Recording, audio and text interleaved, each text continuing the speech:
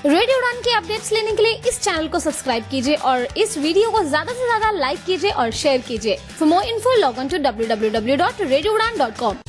जी दोस्तों, नमस्कार, आदाब, सत श्री अकाल। मैं दानिश महाजन। प्रोग्राम बदलता दौर में एक बार फिर से आपका स्वागत। रविवार का दिन, समय आपको एक और पर्सनैलिटी से मिलाने का और डिसेबिलिटीज के इश्यूज पर बात करने का। आज हमारे साथ बेहद खास मेहमान हैं, बेंगलोर से ये हमारे साथ जुड़े हुए हैं। इनका नाम अंकित जिंदल साहब हैं। ये MBA इन्होंने दिल्ली से की हुई है, रेप्यूटेड इंस्टीट्यूट से। जापानीज कंपनी में अभी काम कर रहे हैं। साथ ही साथ इनकी अपनी ऑर्गेनाइजेशन है, फ्रेंड्स फॉर इंक्लूजन, उसके ऊपर भी हम बात करेंगे। और सेंसस के ऊपर इनकी पहनी नज़र है जो आने वाला है, उसके बारे में भी जानेंगे। क्या चैलेंजेस हैं RPD एक्ट पर, ये काफ़ी लेक्चर डिलीवर करते हैं। क्या है इंडिया में स्टेटस RPD एक्ट का फिलहाल, उसके बारे में भी बात करेंगे। और बात करेंगे कुछ रिपोर्ट्स की जो इन्होंने पब्लिश की है, और साथ ही साथ जानेंगे इनके NGOs के काम। तो जिंदल साहब, बहुत बहुत स्वागत आपका रेडियो उड़ान पे। Thank you so much for giving us time. नमस्ते Danish, thank you so much, आपने मुझे यहाँ पे इनवाइट किया। मेरे लिए बहुत बड़ी बात है। और नमस्ते to all the listeners of radio Udaan. Jindal साहब, डिसेबिलिटी कब हुई आपको?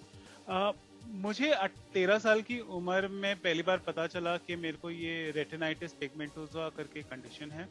रेटिनाइटिस पिगमेंटोसा आप सब जानते ही होंगे कि एक डिजेनरेटिव कंडीशन है। So over a period of time मेरी आई साइट लूज होती रही और आज ऑलमोस्ट मेरी 98-99% विजन लॉस है। आपने पूरा इंडिया घूमा है, दिल्ली में भी आपने स्टडी की है, फिर आप मुंबई गए, बेंगलोर गए, तो ये फैमिली रीजंस के साथ था। इसका एज ए डिसेबल्ड पर्सन कितने चैलेंजेस आते हैं आपको? अलग अलग जगह पे स्कूल शिफ्ट करना है, एजुकेशन शिफ्ट होनी है, एक नए एनवायरनमेंट में जाना है, क्योंकि आप एक जगह पे आप अपने आप को एडजस्ट करते हो, फिर वहाँ पे एटमॉस्फेयर इनएक्सेसिबल होता है, वहाँ लैंग्वेज कंस्ट्रेंट्स होते हैं। तो आप इसको एज ए चैलेंज देखते हैं या यू मैनेज्ड इट वेल? सो हम शिफ्ट हुए। सो मैं एक्चुअली, मेरी पैदाइश गुजरात में थी, सूरत से। फिर वहाँ से पिताजी के काम के लिए हम लोग मुंबई आए और फिर मुंबई में मैं ऑलमोस्ट लगभग 18 साल की उम्र तक रहा और फिर हम बैंगलोर शिफ्ट हो गए। उसके बाद मुझे अपॉर्चुनिटी मिली दिल्ली आने की FMS में, जहाँ पे मैंने अपना MBA किया और फिर मैं वापस बैंगलोर आ गया अपने काम के चक्कर। आपने जब मुझे क्वेश्चन पूछा एज अ डिसेबल क्या मुझे तकलीफें आई, आई थिंक तकलीफें हर जगह पे रहती हैं अडेप्ट करने की। लैंग्वेज बैरियर, स्पेशली आप जब साउथ में आते हैं और अगर आप northern part of the country से है तो थोड़ी से तो रहते ही हैं। एक्सेसिंग लोकल ट्रांसपोर्ट मेरे ख्याल से सबसे बड़ा चैलेंज रहा है मेरे को। कॉलेज डेज में वो बस स्टॉप्स पहले दूर होते थे, वो बस नंबर्स दिखाई नहीं देते थे। So to board that and to be to be able to manage it independently काफी चैलेंजिंग रहता था उस वक्त। एंड आई थिंक सेंसिटिविटी भी वेरी करती है पीपल की from different region to region. So I think वो एक इंटरेस्टिंग एस्पेक्ट होता है। लोगों के साथ का डायनामिक्स जो होते हैं हमें इवॉल्व करते हैं over a period of time. तो वो मैंने I think all over India travel करने से थोड़ा सा मालूम पड़ता है। लगभग 20 साल पहले आपने MBA की, अगर मैं गलत नहीं हूँ तो? नहीं, मैंने MBA अब लगभग 10 साल पहले की। 10 साल पहले खत्म करी है। यानी लगभग 2010-11 में जी। तो उस टाइम तक आपकी आईसाइट काफी डिटीरिएट हुई थी? काफी हद तक हो चुकी थी। इनफैक्ट उस वक्त मैं कम्प्लीटली जॉज पे, स्क्रीन रीडर्स पे डिपेंडेंट हो चुका था। 2006 में मेरे को पहली बार एक्चुअली स्क्रीन रीडर्स के बारे में पता चला। और जब मैंने FMS के लिए या MBA के लिए प्रिपरेशन कर रहा था तो उस वक्त तो कोई मटेरियल अवेलेबल ही नहीं होता था। मैं उसी पे ही पूछना चाहता था कि ये स्ट्रीम आपने 10 साल पहले चुनी, 10-12 साल पहले, तो उस टाइम पे एक्सेसिबल मटेरियल भी नहीं था। तो ये जहन में कैसे था कि मुझे इतने बड़े इंस्टीट्यूट से करनी है? तो क्या चैलेंजेस उस टाइम पे थे? क्योंकि जनरली लोग आर्ट्स में ही जाते थे, specially in north India. South में तो फिर भी लोग करते थे उस टाइम भी। जी। तो आई थिंक बचपन से एक महत्वाकांक्षा थी कि MBA करना है। इनफैक्ट 2 ही चॉइस थे मेरे पास बचपन से। या तो मेरे को होटल मैनेजमेंट जा करके शेफ बनना था, तो वो तो घर वालों ने बोला कि बनिएगा बच्चा, बावर्ची नहीं बनेगा। तो वहाँ पे उन्होंने मेरा एस्पिरेशन, मेरे हॉबीज को किल कर दिया। बट उसके बाद फिर ऑब्वियसली बिजनेस फैमिली से थे, तो हमेशा से एक एस्पिरेशन यही था कि एमबीए या बिजनेस एडमिनिस्ट्रेशन में ही पढ़ाई करनी है, तो बीबीएम करा और फिर उसके बाद एमबीए किया। और एक्सेसिबिलिटी की बात करें तो बहुत चैलेंजिंग होता था उस वक्त। उस वक्त तो मैं, जैसे मुझे याद है, मैं बैंगलोर में था जब पढ़ाई कर रहा था इसके लिए। कई सारे कॉलेज जो इंस्टीट्यूट्स होती हैं उस वक्त एमबीए प्रिपरेशन की, उस वक्त अवेयरनेस नहीं होती थी, तो वो लोग ने तो एडमिशन देने से ही मना कर दिया कि भाई हमारे पास आपके लिए अकोमोडेशन करने के लिए, या हमारे पास टीचर्स के पास टाइम ही नहीं है कि हम आपको अकोमोडेट कर सके। तो वहाँ मुझे एक्चुअली मेरे को एक पर्सनल मेंटर मिले, दिवाकर गुप्ता। उन्होंने मेरे को हफ्ते में 1 दिन 2 दिन अपने टाइम के हिसाब से देते थे, और वो 1-2 घंटा मेरे को टिप्स देते थे कि अंकित तुम्हें इस तरह से पढ़ाई करनी है। उसके बाद मैं घर में आता था, खुद पढ़ाई करता था। माता जी मेरी बहुत मेहनत करी है हमारे साथ में। मैं हमेशा बोलता था बचपन में तो आपने मेरे को कैट नहीं पढ़ाई, बट बड़े होके जरूर सीआईटी पढ़ा दी। तो उनका बहुत बड़ा योगदान रहा है मेरे को एमबीए करवाने में, एंट्रेंस एग्जाम को क्रैक करवाने में। वहाँ तब तो ये भी था कि स्क्राइब्स के लिए भी बड़े अलग अलग वो रहते थे, अलग अलग इंस्टीट्यूट, अलग अलग सेंटर्स उसको अपने हिसाब से इंटरप्रेट करते थे गाइडलाइंस को। कई बार तो मेरे को मेरा खुद का स्क्राइब लेके जाने के लिए मना कर दिया उन्होंने। तो बहुत बहुत चैलेंजिंग रहा है था थ्रू द प्रोसेस। वो जो एंट्रेंस प्रोसेस था वो काफी ट्रॉमेटिक था। 3 साल मैंने कोशिश करी, और मेरा यही था कि अगर करूंगा तो मेरी टॉप 10 एस्पिरेशनल जो एमबीए कॉलेज है उसी से करूंगा, वरना नहीं करूंगा। तब मैं इन्फोसिस में काम कर रहा था, और इन्फोसिस में मैं actually one of the first visually impaired employ था जो मेन स्ट्रीम रोल में था। उससे पहले जो भी थे वो या तो रिसेप्शनिस्ट या कोई इस तरह के काम करते थे, but mainstream operations role में आईटी इंडस्ट्री ने उस वक्त इतना हायर करना शुरू ही नहीं किया था। तो या उस वक्त इंडस्ट्री में भी अच्छा खासा काम चल रहा था इनिशियल चैलेंजेस के बाद, बट या। What was the one thing that was constantly motivating you during this period? I think अपने आप को एस्टैब्लिश करना। मुझे कहीं ना कहीं लगता था कि मैं कुछ कर सकता हूँ, मेरे में क्षमता है, और जस्ट बिकॉज मुझे डिसेबिलिटी है, I don't wanted to be restricted. मुझे अपने आप को फुल्ली एक्सप्लोर करना अच्छा लगता था, और मैं हमेशा कोशिश करता हूँ कि भाई जितना नया सीख लूँ, जितना कुछ नई चीज ट्राई कर लूँ, उतना होता था। एक्सपेक्टेशन नहीं थी कि ये डिफाइन नहीं था कि सक्सेस मेरे लिए ये है, कि मैं इतना कमाऊं, कि ऐसे जॉब पे रहूं, कि कुछ भी रहूं।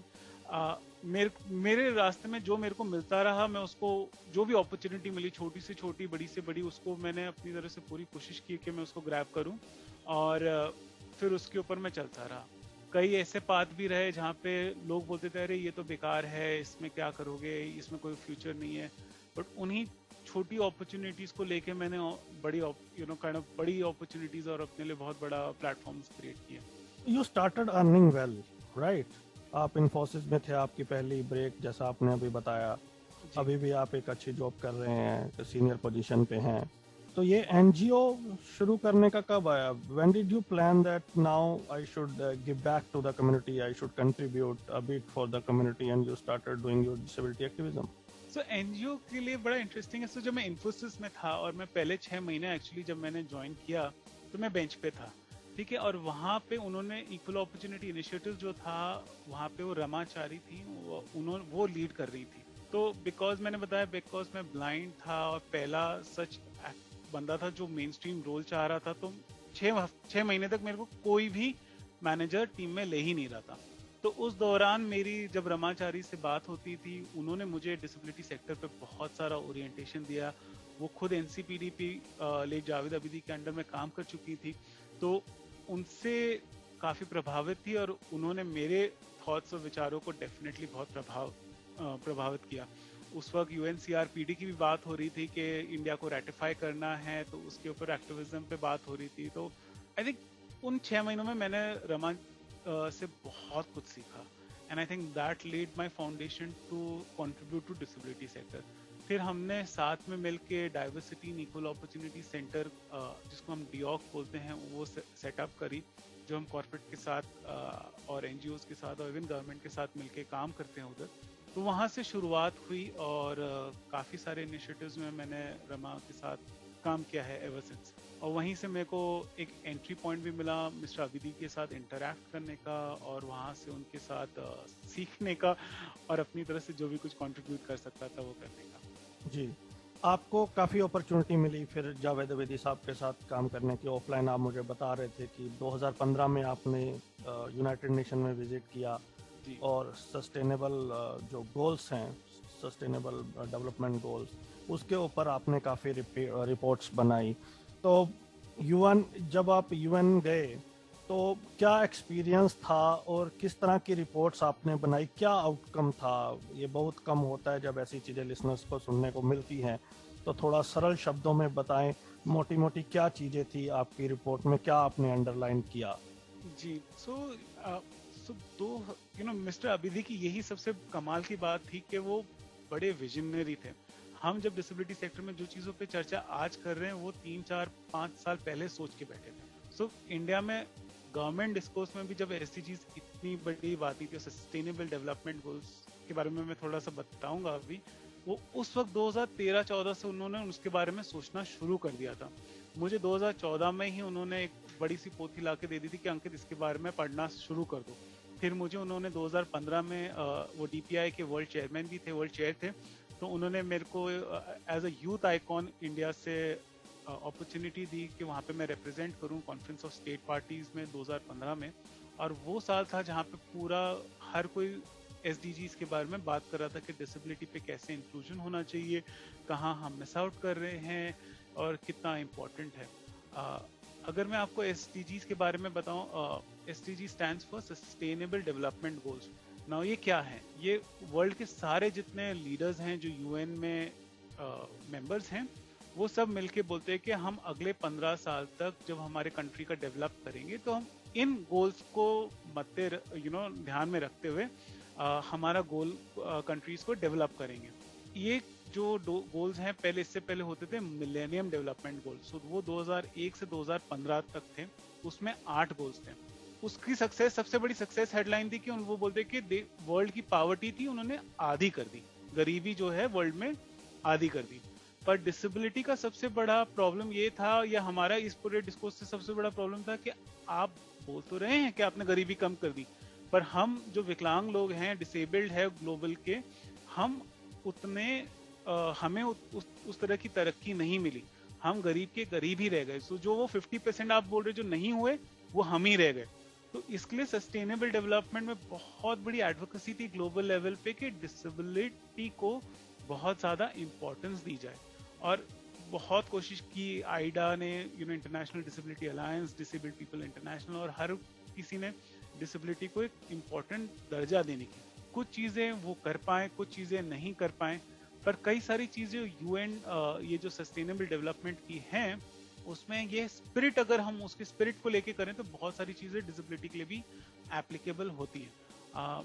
इस सस्टेनेबल डेवलपमेंट गोल में क्या होता है कि हर कंट्री को अपने ग्रोथ पैरामीटर्स, सपोज वो बोलते हैं कि हमारी गरीबी, कितने लोग गरीबी रेखा से कम है, तो वो सब रिपोर्ट करना होता है, उनको मेजर करना होता है कि आज बोलते हैं हमारे देश में 21% लोग हैं जो गरीबी रेखा से कम है, और इन्होंने अपनी भी गरीबी रेखा एक डिफाइन करी है $1.2 की, और वो बोलते हैं कि आप अपनी लोकली, अगर अपने नेशनली डिफाइंड गरीबी रेखा है तो आप उसके हिसाब से भी रिपोर्ट कर सकते हैं। तो ऑफकोर्स हम इंडिया में तो हमारी लोकल जो 28 रुपये और 31 रुपये पे है उस पर रिपोर्ट करते हैं नंबर, तो उसके हिसाब से लगभग 21% जनता जो हमारी है वो गरीबी रेखा से कम है।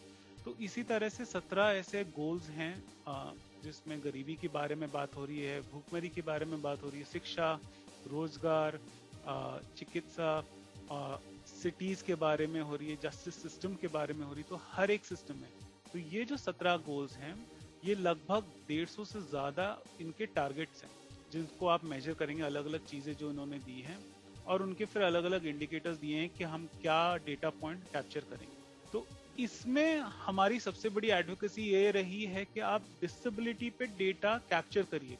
नो एसडीजी पे भी यही बोलते हैं कि जो वल्नरेबल ग्रुप्स है जिसमें हम डिसेबिलिटी आती है, आप उसके बारे में डेटा अलग से कैप्चर करिए, आप एग्रीगेट नंबर नहीं दीजिए, अदरवाइज वो वही 50% वाली बात हो जाएगी कि 50% गरीबी कम कर दी बट विकलांग रह गए। तो आपको डिस एग्रीगेट लेवल पे डेटा देना पड़ेगा कि जैसे आपने डिसेबिलिटी के लिए क्या किया, कितने लोग डिसेबिलिटी से गरीबी रेखा से कम गए, या कितनों को रोजगार मिला, या कितनों को शिक्षा मिली। तो वो डिसएग्रीगेटेड लेवल पे डेटा रिपोर्ट करना चाहिए। पर यहीं पे आई थिंक सबसे बड़ी तकलीफ मेरी है कि सरकार से कि हमारे डिसेबिलिटी के लिए ना at this point of time हमारे पास करंट सिस्टम्स है वो डेटा कलेक्ट करने के लिए, और कहीं ना कहीं वो इंटेंट भी नहीं दिखाई देता मुझे वो रिपोर्ट करने के लिए डेटा। वो बहुत बड़ी एडवोकेसी रही है मेरी। कई सारी रिपोर्ट्स जो हमने मिनिस्ट्री ऑफ सोशल जस्टिस को दी थी, या मिनिस्ट्री ऑफ स्टैटिस्टिक्स को, और नीति आयोग को भी फॉर दैट मैटर, इन सभी में आई थिंक सबसे बड़ा हेडलाइन रिकमेंडेशन मेरा यही था कि भाई आपको डेटा डिसेबिलिटी के लिए इकट्ठा करना जरूरी है और रिपोर्ट करना जरूरी है। आज एसडीजी में हमारा जो मैकेनिज्म है जो इंडिया में आजकल होते हैं एसडीजी इंडेक्स, उसमें पिछले साल सिर्फ 2 ही पैरामीटर को डिसेबिलिटी पे डेटा दिखाए उन्होंने, आंकड़े दिखे हैं।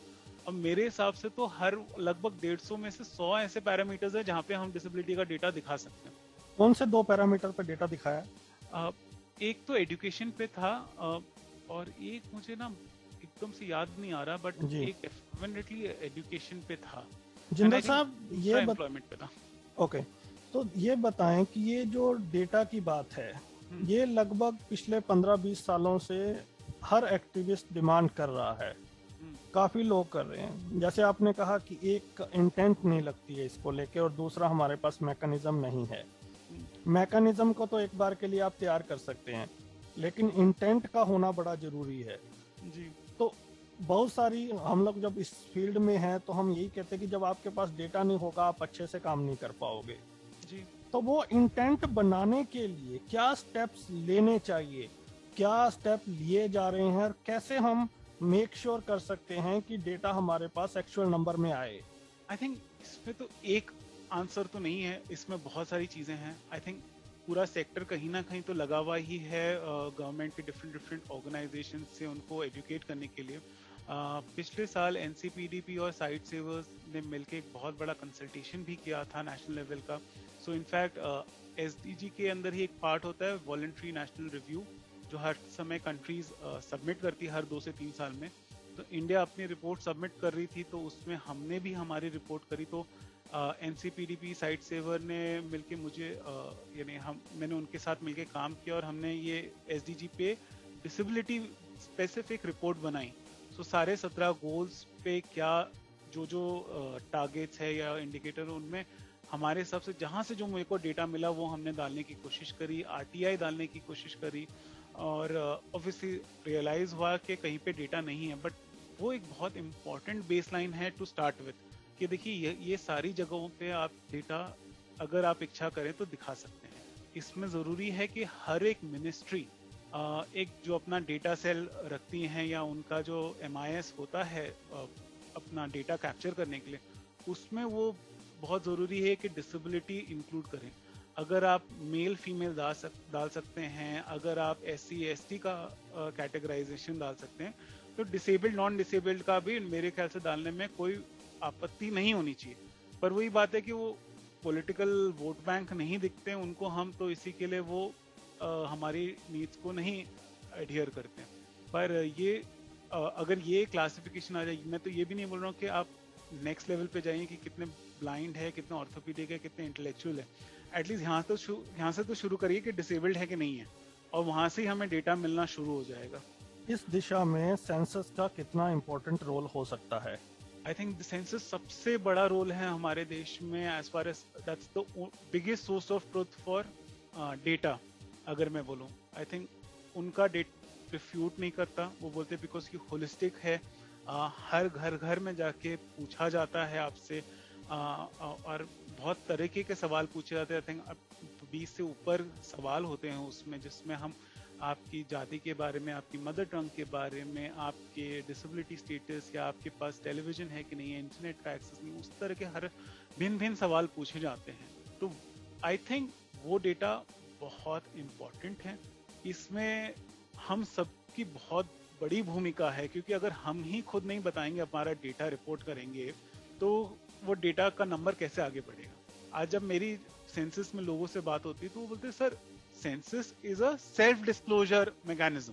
हम आपका जाके खुद चेक नहीं करते कि आपके यहाँ पे डिसेबिलिटी है कि नहीं, आपसे डिसेबिलिटी सर्टिफिकेट नहीं मांगेंगे। अगर परिवारजन ही नहीं बताएंगे कि हमारे में डिसेबिलिटी है और वो अगर कैप्चर नहीं हो रहा, तो मेरा डेटा में वो कभी नहीं दिखाई दिया जाएगा। तो ये एक बहुत बड़ा इंपॉर्टेंट सोर्स ऑफ डेटा है, और भी बहुत सारे सोर्सेस ऑफ डेटा हैं जो आई थिंक आज की डेट में टेक्नोलॉजी के माध्यम से हम उसको लेवरेज कर सकते हैं। यूडीआईडी बहुत बड़ा डेटा सोर्स बन सकता है हमारा। इनकम टैक्स में 80 यू पे जो वो मिलता है रिबेट, उसके ऊपर मैंने 3 बार आरटीआई डाल चुका हूँ 3 साल से। वो बोल रहे कि इसके लिए हमारे पास मैकेनिज्म ही नहीं है, तो उसके बारे में ज़रूरी है कि हम वहाँ से डेटा निकालें। इलेक्शंस हैं, बहुत सारे सोर्सेज हैं, उनको एग्रीगेट करके एक प्रॉपर डैशबोर्ड में डालना बहुत ज़रूरी है। आप इसके ऊपर भी काफी काम कर रहे हो और गवर्नमेंट के साथ मीटिंग में भी थे जब सेंसस से रिलेटेड बातचीत हो रही थी। तो मीटिंग में क्या अप्रोच थी वहाँ के जो ब्यूरोक्रेट्स हैं या पॉलिटिशियंस हैं, क्या अप्रोच थी?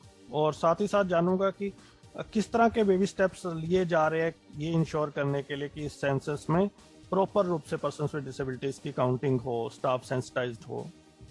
तो 2019 में ये डेटा यूजर कॉन्फ्रेंस जो सेंसस की एक्सरसाइज से पहले होता है, वहाँ पे मुझे एनसीपीडीपी के थ्रू नॉमिनेट किया गया था।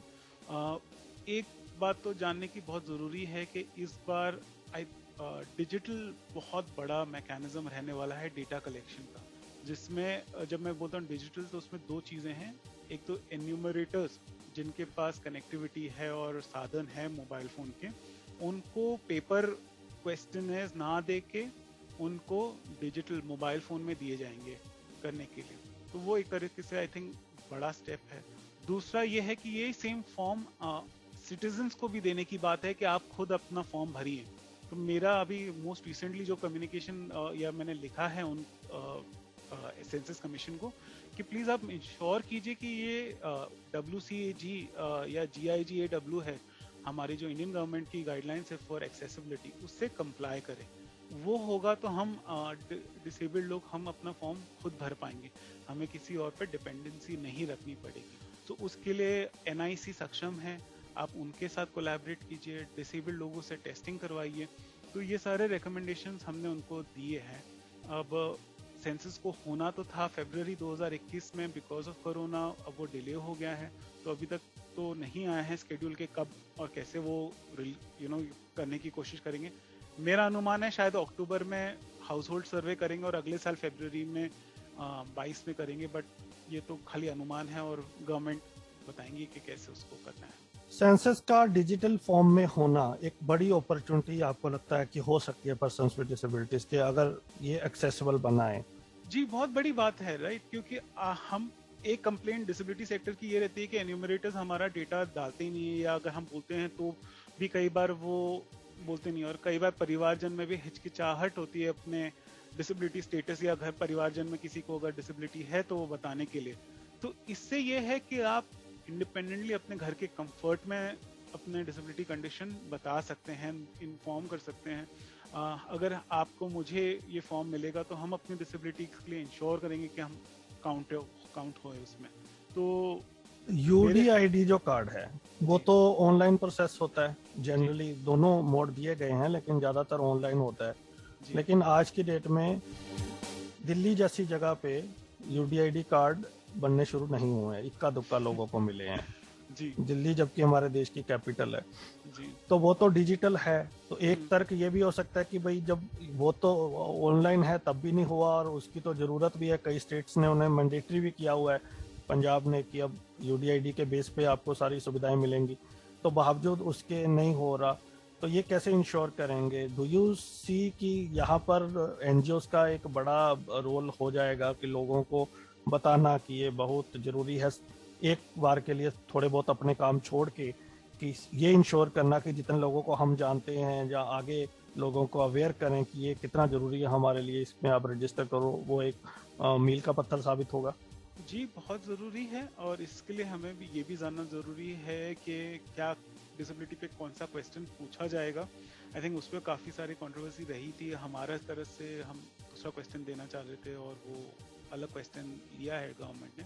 बट बहरहाल डिजिटल के ऊपर अगर हम बात करें तो येस, NGOs को बहुत ज़्यादा इसमें नॉलेज ट्रांसफ़र करना पड़ेगा, हमें ट्रेनिंग्स और यूट्यूब के माध्यम से या सोशल मीडिया के माध्यम से लोगों को एडुकेट करना पड़ेगा। पहले तो अवेयर करना पड़ेगा कि देखिए आप अपना खुद का फॉर्म भर सकते हैं, और फिर हमें गवर्नमेंट तो बोलेंगी कि हाँ हमने WCAG या GIGAW से कंप्लाई किया है। हमें उस वक्त जब वो फॉर्म अवेलेबल हो तो हमें उसको टेस्ट करके गवर्नमेंट को जल्द से जल्द उसके ऊपर फीडबैक देना ज़रूरी रहेगा, और लोगों को समझाना कि भाई किस तरह से आप कर सकते हैं वो बहुत ज़रूरी है।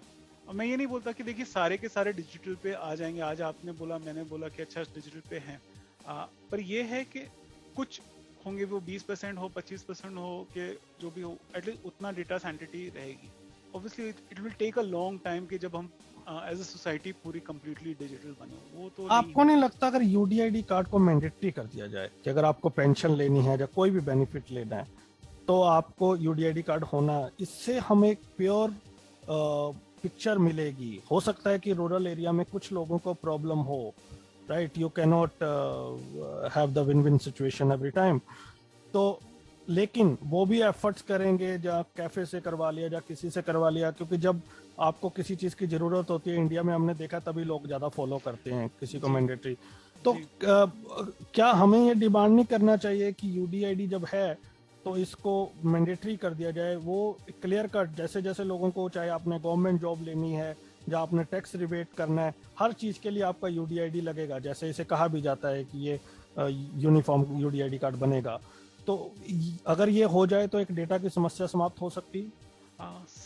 जी, यूडीआईडी से बहुत इंपॉर्टेंट डेटा सोर्स निकलेगा हमारे लिए, एंड डेफिनेटली हमें इसके ऊपर यूनिवर्सलाइज करने के लिए या मैंडेटरी करने के लिए बहुत सुझाव रखने चाहिए गवर्नमेंट के साथ मिलकर, उसके ऊपर बहुत एडवोकेसी करने की ज़रूरत है। और जैसा आपने बताया, मेरे को तो लगता है कि जो उसका एक विजन था कि एक अकेला कार्ड से आपको सारा कुछ बेनिफिट मिल सकता है, तो फिर आपको जैसे आज रेलवे के लिए अगर अलग कार्ड बनाना पड़ता है या किसी और बेनिफिट के लिए कुछ और अलग कार्ड या सर्टिफिकेट बनाना पड़ता है, वो सब कुछ नहीं करना पड़ेगा। एंड जैसे आधार आप ऑथेंटिकेट करते हैं, सपोज मेरे को आज हम कोविन का या कोविड का वैक्सीन लगा रहे तो जैसे आधार से ऑथेंटिकेट हो रहा है, वैसे कहीं ना कहीं टेक्नोलॉजी के माध्यम से आप यूडीआईडी से ऑथेंटिकेट कीजिए, जो हमारी से रेलेवेंट सर्विसेज है, उससे पब्लिक डिस्ट्रीब्यूशन ऑफ बेनिफिट्स जो हैं वो भी बेटर होंगे, और हमें पास बहुत बेटर डेटा भी निकलेगा। आपको एक एग्जांपल देता हूँ, जैसे प्रधानमंत्री आवास योजना, उसमें इनको 3% रिजर्वेशन इन्होंने रखा हुआ है। आइडली आरपीडब्ल्यूडी के हिसाब से तो 5% रखना चाहिए। तो पहली बात तो हमने एडवोकेसी उस पर भी नहीं करी कि उसको 5% करिए, पर जब हम उनसे डेटा मांगते हैं कि बताइए कि कितने विकलांग लोगों को मिला है या उसमें कितना डिसएग्रीगेशन है, वो डेटा उनके पास नहीं रहता।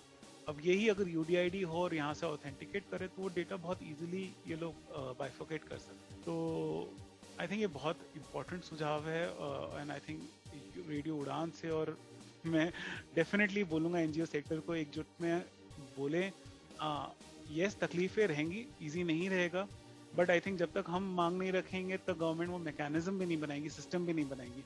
जब जरूरत पड़ी तो हमने वैक्सीन के लिए भी ओवरनाइट इंफ्रास्ट्रक्चर बनाया ना, तो वैसे ही हमारे लिए तो कई सारी चीज़ों की लाइफ एंड डेथ का मामला हो जाता है with such certain benefits in India.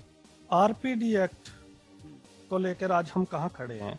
RPWD act, I think कुछ चीज़ें हमारे को हेल्प करना, आई थिंक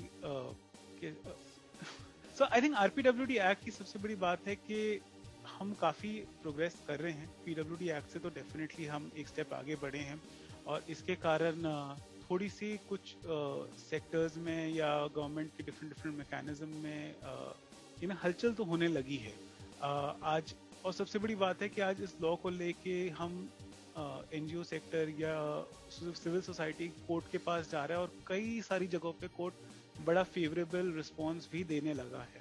सो शुरुआत अच्छी है।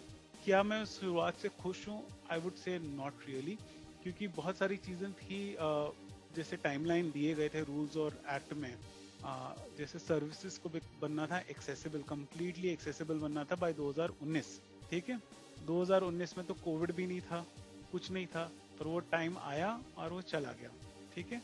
और आज भी भतेरो सर्विसेज, और आरपीडब्ल्यूडी एक्ट ने बोला था कि सर्विसेज में दोनों गवर्नमेंट और प्राइवेट सेक्टर सर्विसेज इंक्लूड की थी, जिसमें बैंकिंग था, हेल्थ केयर था, आपका मोबाइल था, ई कॉमर्स था, यानी ऑलमोस्ट लगभग आप समझ लीजिए जो तरह की आप सर्विसेज सोच सकते हो सभी उसमें इंक्लूडेड थी। ठीक है, 2019 आया और चला गया और उसका इम्प्लीमेंटेशन के ऊपर कोई बातचीत नहीं। कई सारी जगहों पे कमिश्नर्स जो असाइंड होने थे वो भी फुल टाइम नहीं है। कई सारों में वो पार्ट टाइम या एडिशनल ड्यूटी लेते हैं, यानी वो डेजिग्नेटेड या डेडिकेटेड कमिश्नर्स नहीं है। कई सारे स्टेट्स ने तो आई थिंक 2020 तक कई सारे ऐसे स्टेट्स थे या राज्य थे जिन्होंने रूल्स तक नोटिफाई नहीं करे। तो that shows the apathy of government both at central and state level कि आप कितने इग्नोरेंट है डिसेबिलिटी के लिए। जबकि आपने 6 महीने का टाइमलाइन दिया है आपके लॉ में कि आपको 6 महीने में हर स्टेट और यूनियन टेरिटरी को अपना ये लॉ के जो रूल्स है वो नोटिफाई करने हैं। जब मैंने उस वक्त 2017 पे आरटीआई डाला था तो आई थिंक 3 ऐसे स्टेट्स थे दिसंबर 2017 में जिन्होंने नोटिफाई किया था तब, और तब से ये प्रोग्रेस बहुत ही स्लो रहा है। अभी भी मुझे नहीं पता कि अगर मेरे लेटेस्ट डेटा नहीं है मेरे पास, बट मुझे मालूम है लास्ट मैंने जब चेक किया था 2000 दिसंबर में 20 में, तभी भी कई सारे ऐसे स्टेट्स थे जहाँ पे नहीं किया गया है। तो मेरे लिए मिक्स बैग है, बट मैं बहुत ज़्यादा होपफुल हूँ कि एक बहुत स्ट्रॉन्ग लॉ है। Obviously there are many more improvements and अगर जब अपॉर्चुनिटी मिले इसको स्ट्रेंथन करने की, I would definitely wanted to make it more stronger. पर एटलीस्ट होपफुल हूँ कि ये इम्पोर्टेंट इंस्ट्रूमेंट है हम सभी के हाथ में जो हम यूज कर सकते हैं, एंड कई सारी जगहों पे वो यूज हो रहा है। कोविड ने कितने साल पीछे कर दिया हमें? मुझे लगता है कम से कम 20 से 25 साल हमें पीछे कर दिया है। फिर भी मैं जानना चाहूंगा आपसे कि 2-3 चीजें जो बदली हैं आरपीडी एक्ट आने के बाद, प्रिसाइसली जो आरपीडी एक्ट से पहले नहीं थी, तो वो आपके लिए मेजर चीजें क्या रहेंगी? सबसे पहले आई वुड से कि जो डिसेबिलिटी का डेफिनेशन बढ़ा, इन्होंने एक्सपैंड किया। 7 डिसेबिलिटी से हम 21 डिसेबिलिटी बने, और इसमें ऑफ कोर्स बेंचमार्क और ये सब भी इन्होंने इंट्रोड्यूस किया। बट जो कोर डेफिनेशन है पर्सन्स विद डिसेबिलिटी का, वो एक अच्छी चीज़ है कि इन्होंने यूएनसीआरपीडी से डायरेक्टली लिया ना। उसके कारण ये हो रहा है कि अब आप देखेंगे कि रिसेंटली स्क्राइब्स के लिए एक कंट्रोवर्सी हुई थी कि अगर आप 40% से कम हो तो आपको स्क्राइब नहीं मिलेगा। कई सारे इंस्टीट्यूट्स ने ऐसा बोला था, पर जब वो मामला सुप्रीम कोर्ट में गया तो उन्होंने बोला कि नहीं, आप 40% से ऊपर हो कि ना हो, but because of the spirit of the law आज आपको रीजनेबल अकोमोडेशन देना बनता है। तो आई थिंक ये मेरे लिए एक बहुत बड़ा विन है। कई सारी ऐसी जो विकलांगता थी जो जिनको नोटिस नहीं किया जाता था या उनको राइट्स नहीं मिलते थे, आज उनको कहीं ना कहीं रिकग्निशन मिलना शुरू हो गया है। वो बहुत इम्पोर्टेंट पार्ट है, और उनको अकोमोडेशन स्कूल में या सरकारी जगहों पे वो मिलना शुरू हो गया। Number 3 I would say the emphasis on accessibility, and इसमें 2 चीज़ें थी। एक ऑब्वियसली एक्सेसिबल इंडिया कैंपेन जो आरपीडब्ल्यूडी एक्ट से पहले भी शुरू हो गया था, बट ऑल्सो आरपीडब्ल्यूडी एक्ट में स्पेसिफिक प्रोविजंस हमने जो बनाए हैं, बोथ फिजिकल एक्सेसिबिलिटी और डिजिटल एक्सेसिबिलिटी या सर्विसेज एक्सेसिबिलिटी पे, वो काफ़ी इम्पोर्टेंट है। दो हम कंप्लेन करें कि सर्विसेज एक्सेसिबल नहीं हुई, बट आज हमारे पास इसके ज़रिए हम प्राइवेट सेक्टर वालों को भी अकाउंटेबल रख सकते हैं। कई सारी जगहों पे कई सारे लोग, कई कंपनियां सोच रही है कि कैसे हम इसको डिसेबल फ्रेंडली बनाएं। सो वो डिस्कोर्स आ रहा है। एंड एक बहुत इंपॉर्टेंट चीज़ है कि जो बेसिक प्रमाइस था नॉन डिस्क्रिमिनेशन का, वो था ही नहीं। पीडब्ल्यूडी एक्ट में नॉन डिस्क्रिमिनेशन को इतना इंपॉर्टेंस ही नहीं देते। आई थिंक वो इम्पोर्टेंट है कि आप डिस्क्रिमिनेट नहीं कर सकते।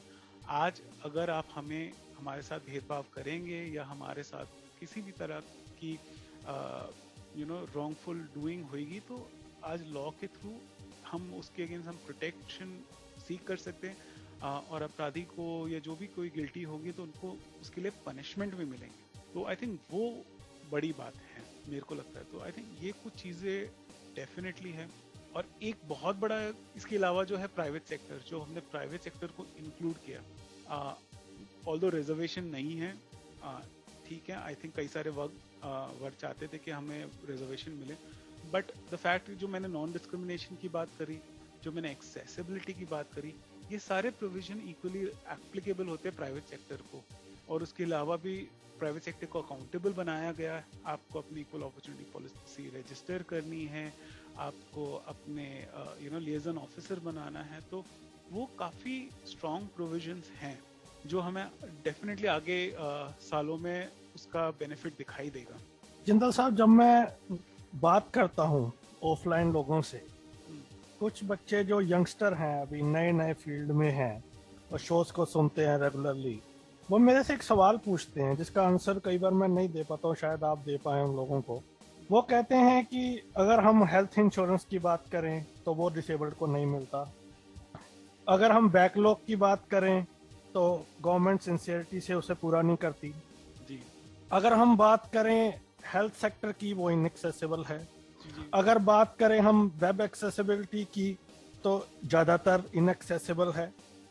तो उनका सवाल ये है कि हर चीज में वैक्यूम है, लेकिन बहुत सारे लोग बोलते हैं कि बहुत इम्प्रूवमेंट हुई है, लेकिन वो कहते हैं हमारे पर्सनल एक्सपीरियंस में वो इम्प्रूवमेंट हमें देखने को नहीं मिलती। How would you address that?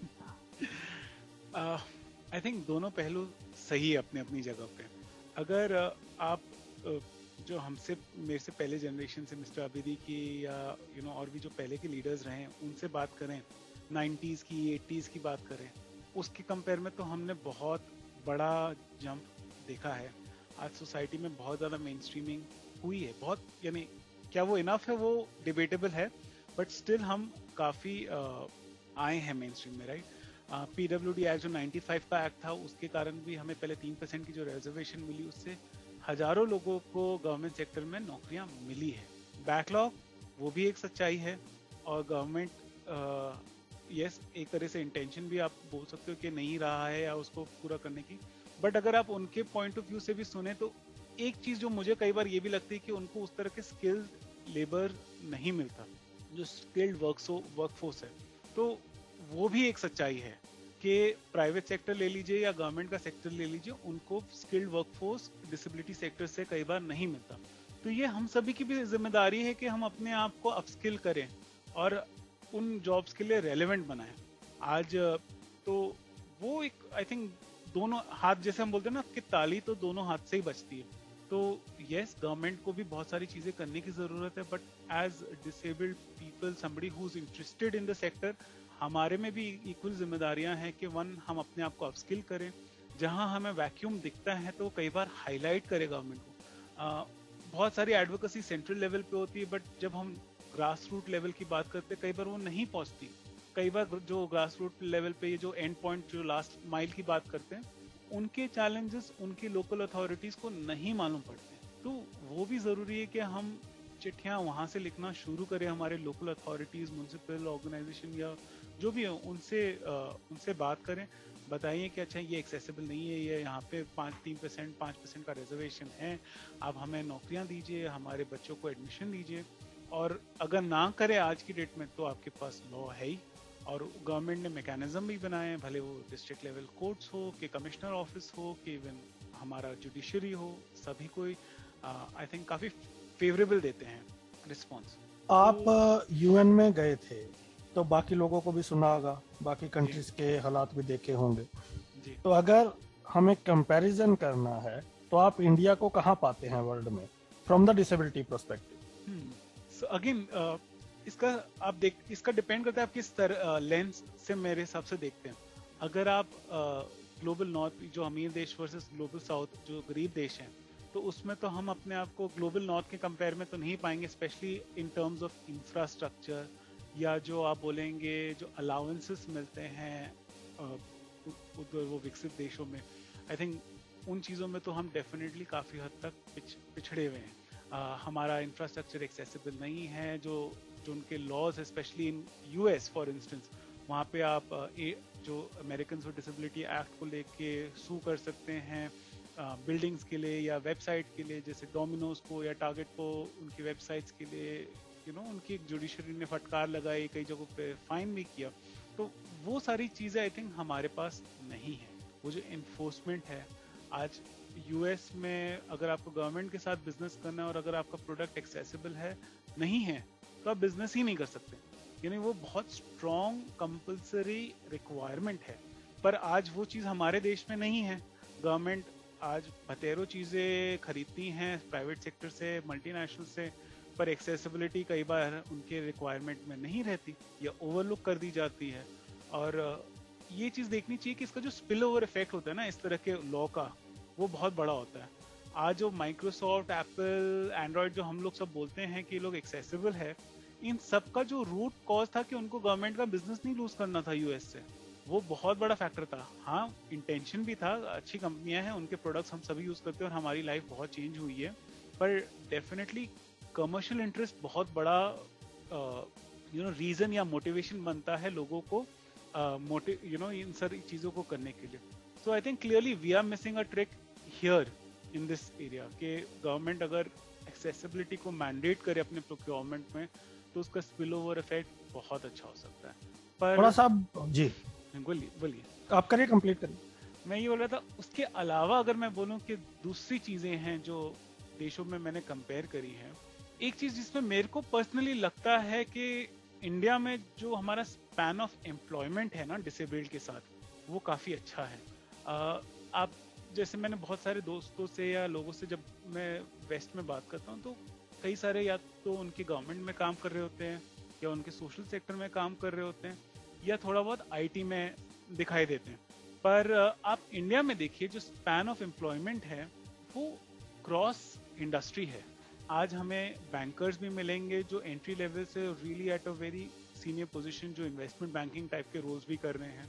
आज हमारे पास आईटी में डेवलपर्स भी है, टेस्टर्स भी है, एक्सेसिबिलिटी के भी हैं, हॉस्पिटैलिटी में है, रिटेल में है, गवर्नमेंट में है। आई थिंक हर सेक्टर में हमारी रिप्रेजेंटेशन है, तो वो मुझे बहुत ही सेटिस्फाइंग लगती है। एंड आई थिंक उस चीज़ पे हमें बड़ा प्राउड फील करना चाहिए क्योंकि हम as a society we been a lot more experimental और lot more focusing in giving different types of job. आज मैं खुद मल्टीनेशनल कंपनीज में बहुत सारी मैं काम कर चुका हूँ एंड कई बार लगता है कि उनका एटीट्यूड हमसे ज़्यादा बेटर होना चाहिए, बट कई बार ऐसा भी लगता है कि नहीं, वो सेम चीज़ें हैं, वो सेम तरह के कई बार बायसेस होते हैं और वो इग्नोर करते हैं या वो अवॉइड करते हैं। बट उन लोग मीठी चूरी होते हैं कई बार उनको आता है उसको इग्नोर करने कई बार या अवॉइड करने, किस तरह से राइटफुली करना है। जी, अब आप हमें थोड़ा सा बताएं अपनी ऑर्गेनाइजेशन के बारे में। ये आपने क्यों सेटअप की, क्या इसके ऑब्जेक्टिव्स हैं और क्या लेटेस्ट प्रोजेक्ट्स आपके चल रहे हैं? जी, मैंने 3 ऑर्गेनाइजेशन सेटअप करी। मैं सबसे लेटेस्ट के बारे में पहले बताता हूँ, फ्रेंड्स फॉर इंक्लूजन, जो मैंने 2017 में हमने इसको रजिस्टर किया था as a non profit trust. और इसका विजन मेरा एक्चुअली है, इसको हमने क्रॉस डिसेबिलिटी ऑर्गेनाइजेशन रखा है। इसमें बहुत हम चाहते हैं कि जो अनकन्वेंशनल एरियाज हैं, जो रेगुलर डिसेबिलिटी सेक्टर या एनजीओ सेक्टर जहाँ नहीं फोकस कर पाता, उन पे हम उन एरियाज में काम करें। तो सबसे पहले हमने एक्चुअली टेक्नोलॉजी के थ्रू स्टार्ट किया है 2 प्रोजेक्ट। एक मेरा मित्र, जिसके ऊपर प्लेटफॉर्म बनाया है हमने, एक वेबसाइट है जिसमें हम इंफॉर्मेशन कलेक्ट कर रहे हैं, भले वो डिसेबिलिटी ऑर्गेनाइजेशंस के बारे में हो या डिसेबिलिटी से रिलेटेड प्रोडक्ट्स के बारे में हो या स्टेट लेवल पॉलिसीज के बारे में हो। उसमें बतेरी इंफॉर्मेशन हम लोगों ने डाली है। उसके लिए एक चैटबॉट भी बनाया है गूगल असिस्टेंट में, मेरा मित्र। सो अगर आप अपने गूगल में बोलेंगे ओके गूगल टॉक टू मेरा मित्र, वो ओपन करेगा, आप उससे कुछ सवाल पूछ सकते हैं लॉ के रिलेटेड, होपफुली वो आपको सही आंसर भी देगा। सो हम इस तरह की कटिंग एज टेक्नोलॉजी वहाँ पे एक्सप्लोर कर रहे हैं। दूसरा जो प्रोजेक्ट हम काम कर रहे हैं वो है साइन लैंग्वेज के लिए।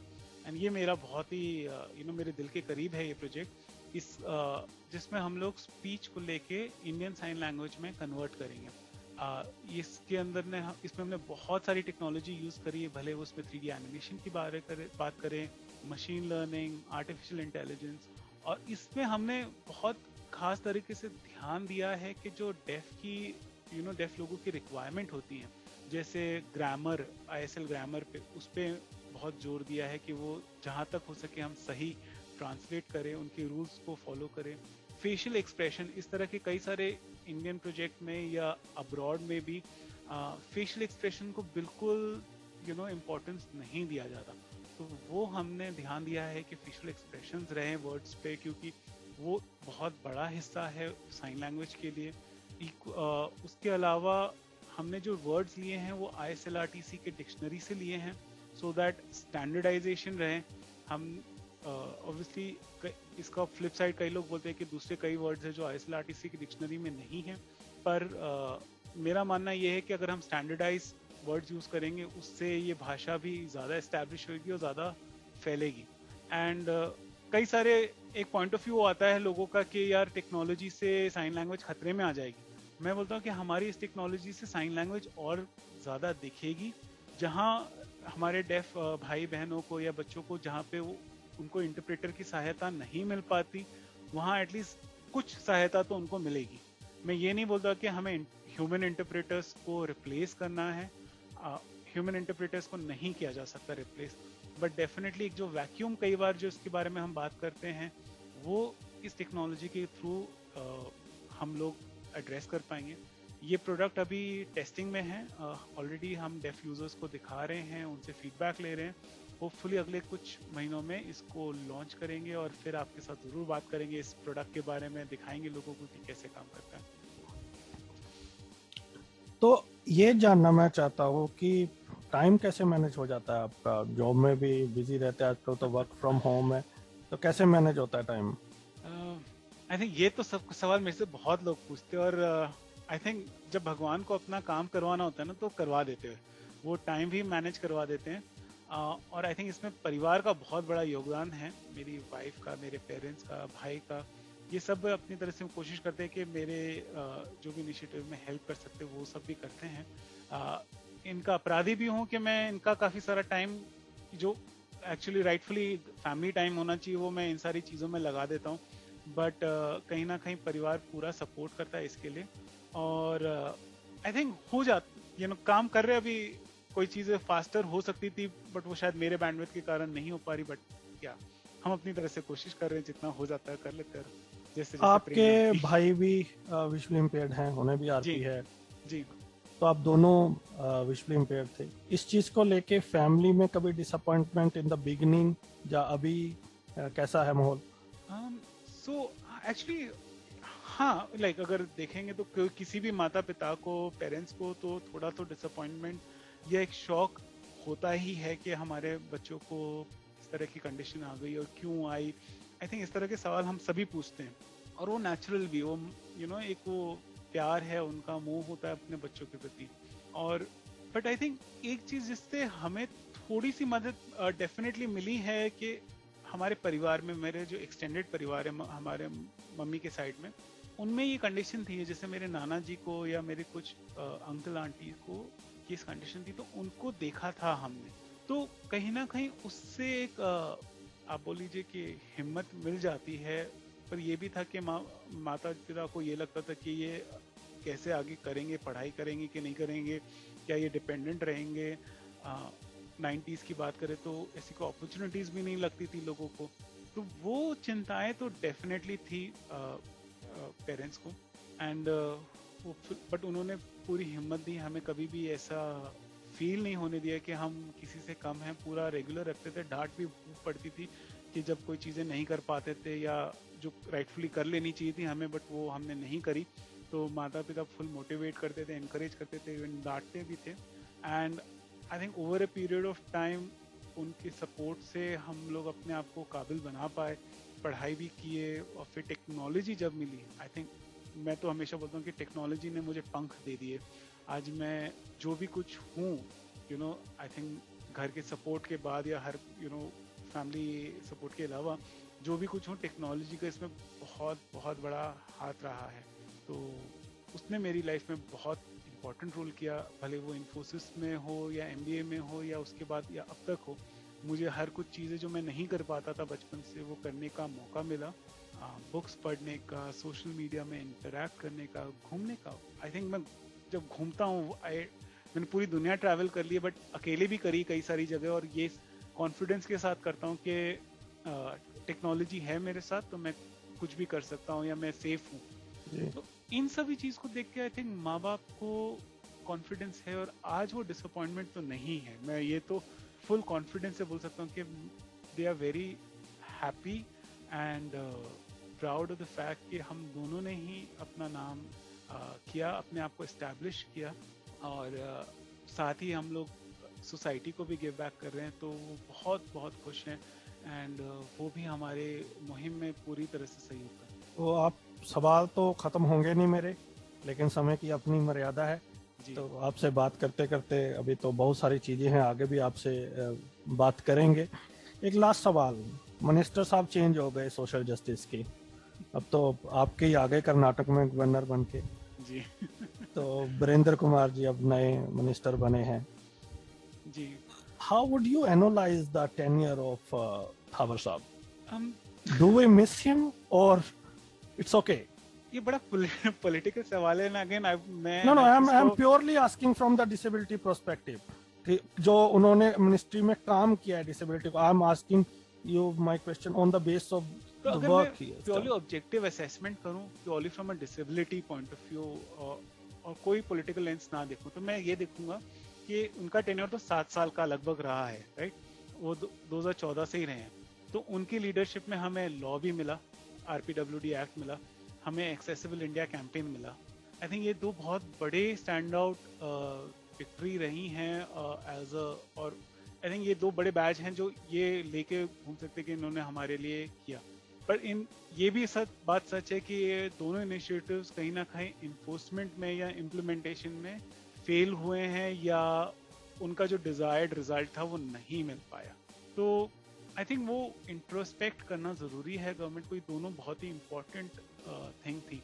एक्सेसिबल इंडिया कैंपेन बहुत कहीं ना कहीं हमें बहुत आगे लेके जा सकता था, अगर वो डिस्कोर्स को अच्छे से फॉलो अप किया जाता, और ना कि जस्ट उसको टोकनिज्म बना के भाई 50-50 बिल्डिंग करके उसको एक अपॉर्चुनिटी थी जिसमें आप, क्योंकि उसके अंदर आपको प्रधानमंत्री का भी नाम था, तो आप अलग मिनिस्ट्रीज में जाके उसके अंदर इनरोड्स कर सकते थे।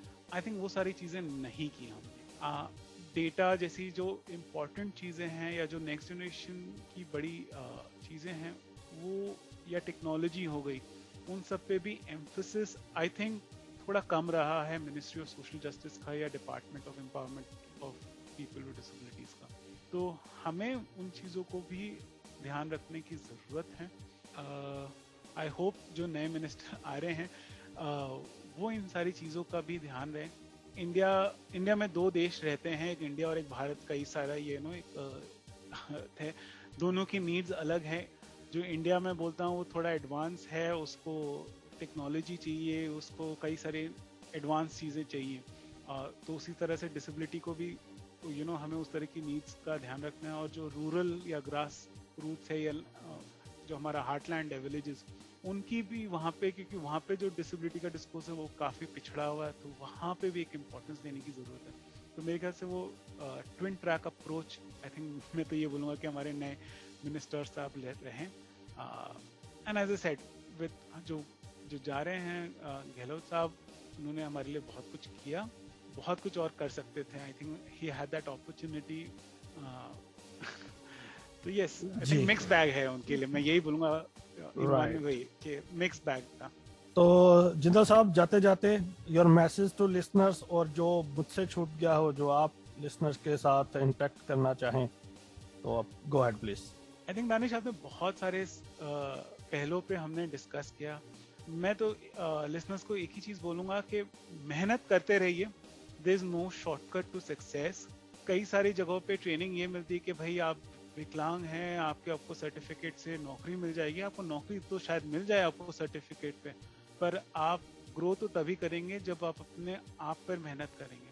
हाँ, मुश्किलें आती हैं, कठिनाइयाँ आएंगी, एटीट्यूड भी सही नहीं होगा, इंफ्रास्ट्रक्चर भी एक्सेसिबल नहीं होगा, वेबसाइट्स एप्स भी एक्सेसिबल नहीं होंगे, पर हमें मेहनत करते रहिए, सॉल्यूशंस ढूंढते रहिए, फोकस करिए कि प्रॉब्लम से ज़्यादा सॉल्यूशन फाइंडिंग पे अपना अटेंशन दीजिए।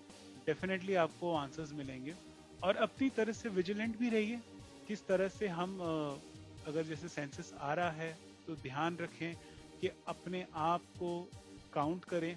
घर में माँ बाप को या जो भी है हमारे घर में, उनको बोलिए कि शर्माइए नहीं है हमारी डिसेबिलिटी को बोलने के लिए। डिसेबिलिटी हमारी आइडेंटिटी का बहुत अच्छा और इम्पोर्टेंट पार्ट है।